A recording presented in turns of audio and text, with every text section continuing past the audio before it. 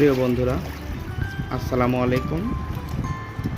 আজকে সকালে 5টার দিকে আমাদের বিলের মধ্যে একটি পুকুর আছে, সেই পুকুরে ব্যাটজাল দিয়ে মাছ মারলাম। তারা প্রথমেই জালটি চারিদিক থেকে ঘিরে ফেলে এবং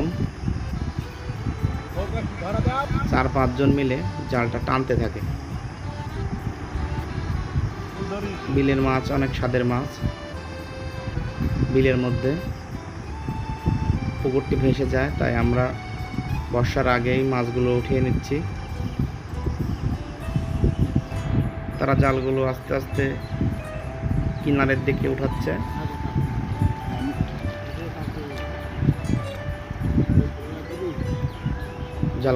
জালগুলো ওঠানো শেষের দিকে প্রায়। তারা এখন জালগুলো গুছাচ্ছে। মাছগুলো লাফালাফি করছে মাছ। এখানে আসলে ওইভাবে আমাদের মাছ ছাড়া হয়নি, অল্প কিছু মাছ ছেড়েছিলাম এবং বিলের আমরা যে মাছগুলো বলি খরচা মাছ, মোয়া মাছ, পুঁটি মাছ, এই মাছগুলো, ইচে মাছ, এই মাছগুলোর জন্য এই পুকুরে আমরা টান দিই। লাফিয়ে লাফিয়ে মাছগুলো চলে যাচ্ছে। তাহলে সব মাছগুলো ধরা সম্ভব হয় না।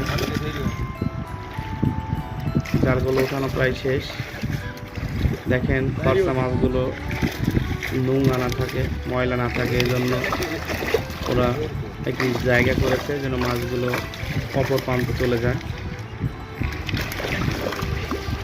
টেকটিকে মাছগুলো মাছ কাটা বলে। ওরা সুন্দরভাবে এক পাশ থেকে আর এক পাশে জালের মধ্যে পরিষ্কার করছে মাছগুলো।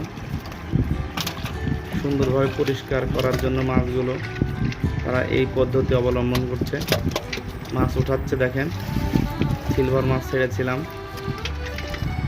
হচ্ছে খরচা মাছ, যেগুলো মোয়া, দারকিনি, পুঁটি, ইচি, বিভিন্ন ভ্যারাইটির মাছ আছে এখানে।